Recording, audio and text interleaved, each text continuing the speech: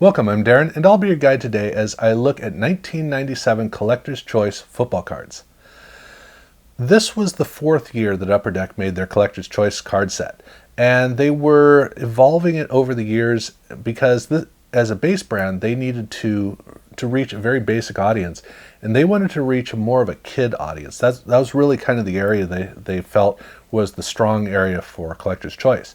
And the evolution that it had gone through started off, chasing parallels, and now it had gotten to the point where the card set itself was being built as a card set specifically for its own purpose. And then chase cards inside the packs were what was really getting people to buy the packs. But the significance is the fact that early on that was just parallels. They had gotten into inserts, but now the inserts were starting to get a little bit more complex. So they were evolving it for collectors that wanted to open a lot of packs, but they were also evolving it for kids and actually for team collectors as well. So 1997 was an interesting combination of a lot of things in this evolution, the march that they were going through with Collector's Choice. Now you can really see the youthful nature of the card set, the way that it was intended, by looking at the draft pick rookies that kicked off the set. These cards are full bleed card with some stuff thrown down at the bottom. That's kind of the way that they approached it. It's a fun, energetic pop art effect that they made that is not a great card at all, but it does have the appeal for a young audience that's looking for something that's kind of quirky and exciting. And the card back is a big mess of stuff that's kind of just thrown on there. Now you might notice something about the Trevor Pryce card here, which is that he's actually in his NFL jersey. And that is a very unusual thing for these cards, to the point of, I think it's the only time they've done it through 1997. Unfortunately, they did not have a deal with the different colleges, so they had to airbrush out the helmets, which means that the only card in this draft pick rookie group that actually looks right is the Trevor Pryce card because he's in the NFL jersey. But they started the set off with this, and then in typical Collector's Choice fashion, they had a subset following that, which is the names of the game cards. This is looking at various veterans, and with the veterans, they have a phrase that really refers to, it kind of describes the player. These cards don't make sense in the set. They don't look right at all. I mean, they really do look foreign in many different ways. So as you're going through putting together the set, this is just kind of an aberration in the set. It is very odd. But then they go into the main cards of the set, and here these are really wonderfully designed cards. I don't think I'm going to get a lot of pushback when I say this is the best Collector's Choice card design, just hands down. These cards are so good that if you put an Upper Deck logo on it, I'd buy it as an Upper Deck card. Absolutely. Now, the card back is kind of busy, so it sure wouldn't work for an Upper Deck card back. But the card front is just, it's a wonderful combination of everything that they were doing right. It has all the energy of a card for youth. It has kind of a slanted window for the player. It has some real bright flashes of color, but the flashes of color aren't dominating. They are great accents that really tie the whole card together. Wonderfully designed all the way around. This card just really reads well.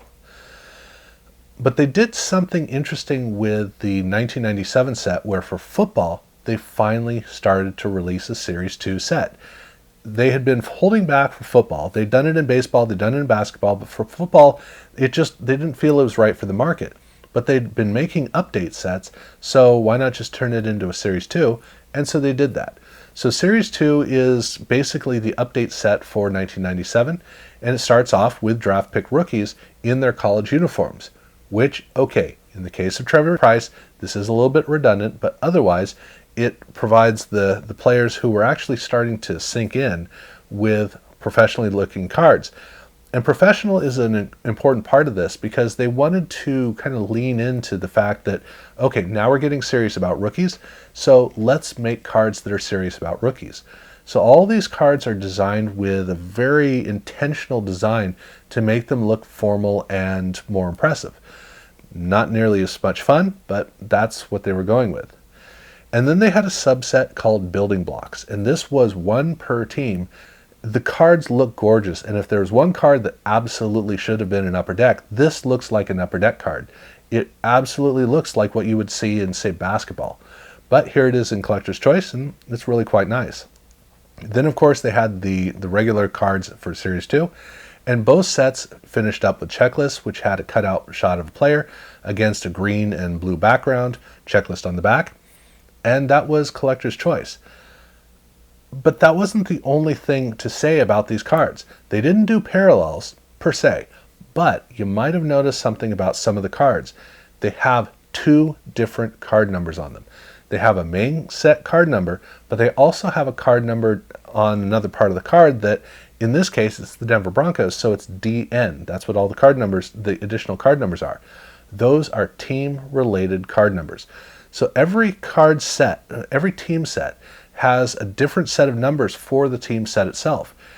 It does not apply to the subsets, but every single player card actually has that. So in the case of Trevor Pryce, he has a draft pick rookie at the front of the set, and then he has a rookie card in the Series 2.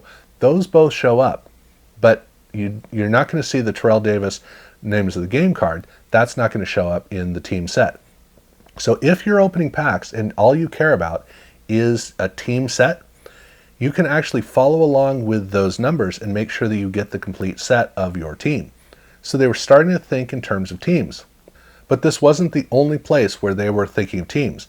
They actually also released team sets, specifically team sets of 9 different teams. These were released separately in a separate pack, and they are the same card designs as the main cards in the set. There are 13 cards, so there's one draft pick rookie for each of the teams, 12 additional cards of the team, and then they have a checklist card, which is a header card. And that header card has a foil finish on the front around a big logo of the helmet, and there's texturing in the foil, so it has text in it, which looks really cool. And then the all 12 of the cards do have the regular DN, or in this case is Denver, so DN number, but they have the team number, but they changed the main set card number to be a team number as well. But the team numbers do not align. So this team set of 13 cards is different from the card numbers for the team set in the main set. That is just about the only change, except there's one other change, which is that the rookies themselves, the draft pick rookies, these in the team set actually have a white border around the outside. Otherwise, they're the same. So for 9 teams, they have a parallel of this team set. Again, only one of the cards looks different. But there is a different card as well, a different parallel or sort of parallel, which is their Card Zillion cards. Now, Card Zillion was started in basically early 1997, and they did an early 1998 release as well. These cards used the design for the Collector's Choice cards of the designs of 1996 and the design of 1997. So there are 2 different sets, and the sets are off kind of by a year because they were released more, I guess it was released more around the Super Bowl. But they are, the year designation does not line up with the year designation for the Collector's Choice cards themselves. So I'm talking about them both right here, but they do follow the exact same designs, but they are smaller. Now, the way that they did it smaller was they basically trimmed out the white border around the outside. So these look like trimmed cards, but they're not. In fact, on the back, the logo, the hologram, is a little bit smaller on these cards, but they also have different numbers. So every single card set is broken down into a reduced version of the main card set. The cards are basically the same size except for them being trimmed down, but the card set does start off with a couple of etched foil cards. So in the 1996 design on the 97 cards and the 97 cards released in 1998. Both of those cards, both of those sets start off with some foil cards, and then the rest of the cards just look like regular player cards. Numbers are different, but the biggest difference that they have, other than the trimmed size, is the fact that they don't have the Collector's Choice logo. They have the Upper Deck logo, and that can kind of throw people off. So are these Upper Deck cards? Are they Collector's Choice cards? They're kind of in between. But that's what these are. They're Card Zillion, and it's a truncated version of the main cards in the set. So, but enough about those. Let's get back to the packs. So in packs, they did have the Crash the Game set, which was a grand standard that they'd maintained for Collector's Choice. They did this again in 1997, and for the 97 cards, they followed pretty much with the model of 1996. Every single card comes with 3 different versions, which means they're the same card, except they have a different date on them. And these are obviously contest cards, but unlike in previous releases, they only have one color foil. So all of the cards in 1997 are gold foil. That means every single player only gets 3 cards in the Crash the Game set and only 1 additional prize card. So there are 4 cards for each player. And the prize cards are a silver foil with some gold foil on it with ever so slight texturing on it. So the etched foil is so subtle. In working on this video, I had a tough time even being able to imply that it's on the card. It's just really tough to see. But it was a very, very simplified Crash the Game set versus, well, especially the 1995 set. So that's where we were with 1997. In packs, though, you could also get a contest card that wasn't really a contest card. Well, it was a contest card, but it's kind of misleading because the whole card up front is white, except it has the logo. On the back, it has the full contest information. This was their draw your own card contest. And the idea was that kids could draw their idea of a football card, send it in, and then in 1998, during the 98 Collector's Choice set, they had prize results from this. So they actually created cards of the art that was drawn by each of these kids. Really cool contest. And so these cards, they look like just fillers, like pack fillers, but they are actually a contest card. So if you do collect sets, this is actually a card to make sure that you have with your card set.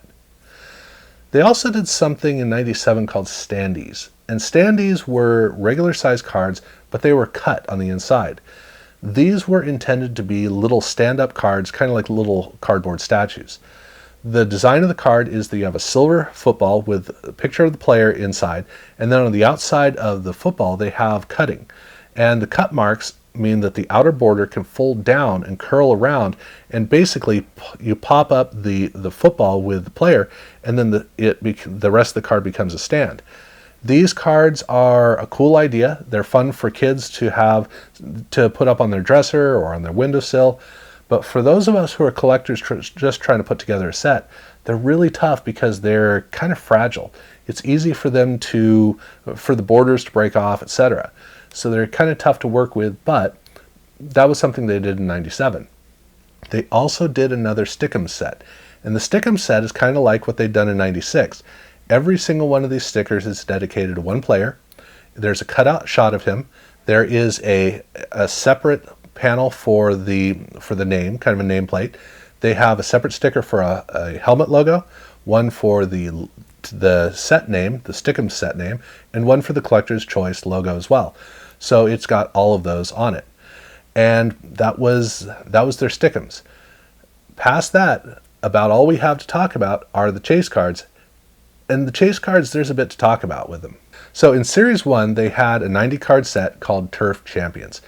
And this is a 4-tier set. Okay, both of these are 4-tier sets. They're built in the same basic model. They're approached a little bit differently. So in Series 1's Turf Champions, these cards have green marble at the top and the bottom, and then they have like almost a mirror-like foil behind the player on the rest of the card. The base level of these, there are 30 cards. At the next tier, they have a blue etched foil background behind the player, and otherwise it's the same. There are 30 cards of the second tier. The third tier is 20 cards, and in this case, it has a green etched foil behind the player, but it's also die cut. The die cut has a little notch on one side, it has a notch up for the Collector's Choice logo, and then down at the bottom, there's an equal opposite die cutting down there. After these 20 cards, you have the last 10 cards, the upper tier, and the upper tier has basically a silver foil behind, a silver etched foil behind the player, and then they have the same die cutting up at the top. But strangely, they don't have the same die cutting down at the bottom. So that's the way they have it. They have 4 tiers, 30, 30, 20, and 10. And then in Series 2, they did StarQuest. So StarQuest is done the same way. It's also 90 cards. The design is wildly different. These actually look like standees. I mean, they really do. They have gold foil down at the bottom. They have some slight foil etching for the Q and the S in the logo down at the bottom. And then the top is just a two-tone card in the background. This is a very, very player-forward card. That's the design. And the base level for these cards is 45 cards. They have a little star down there, and that star is the key, because then when you move up to the 2-star card, of these there are 20 cards. And the 20 cards here, they have basically the same design. The only difference is the fact that it has 2 stars. So guess what happens with 3 stars? The 15 cards in the 3-star are the same cards, just with a 3rd star. It's not till you get the 10 cards at the 4-star level that you actually get a foil back. So that's the only one of these that looks different. All the others are done the same way, it's just you have to count how many stars they have. But every one of these tiers is harder than the other tiers, so that's the same with both of the releases. But these were very common. They were 1 per pack or 2 per pack. They were the SE version for the 1997 set. Now, that's all that they did in terms of normal size cards, but they did have a couple of jumbo cards. And the first jumbo card that they had was actually Turf Champion Jumbos. These are 3.5 by 5 inches, and they were released in conjunction with the team sets. So if you bought a blister pack, the team sets came in blister packs, and it came with a complete set of the team. It came with one pack, one Series 1 pack, and then it also came with a jumbo version of Turf Champions. Now there's one of these Turf Champions for every single team. And the cards are identical to the normal size cards, except the one thing that's different. So the card numbers are the same, but they didn't do any of the special effects. So there's no die cutting, but there's also no etched foil. So these all look like the base level Turf Champions. But that is how they came. They came along with the team sets in blister packs.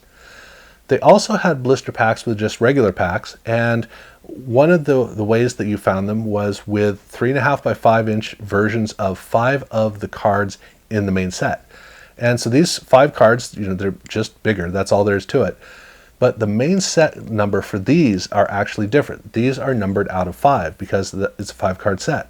So unlike with the Turf Champion Jumbos, which still retain their regular set number, even though there are only 8, in this case, there are only 5, and so they have an actual different number so you can keep track of them. But they also did one other jumbo set, which was their Names of the Game, also 3.5 by 5. And these cards, there were 10 cards in the set. They're all numbered out of 10. But there is another size of these. They did another one at 5 by 7, much, much bigger. And in the case of these are numbered out of 5. And they're numbered out of 5. They split the set into 2 groups of 5. So it's still 10 cards, but they came in different numeric groupings. And that was 1997 Collector's Choice.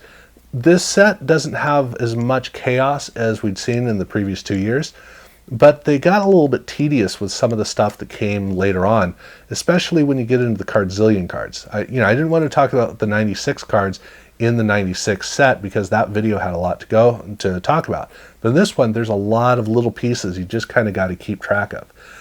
So 1998, things get cleared out, but they're also winding things down at that point. So it's not as much fun to explore them. But I'll look at that in a separate video. This is the 97 video. If you haven't seen the other videos, check those out. Subscribe if you haven't done so already. And thank you very much for watching.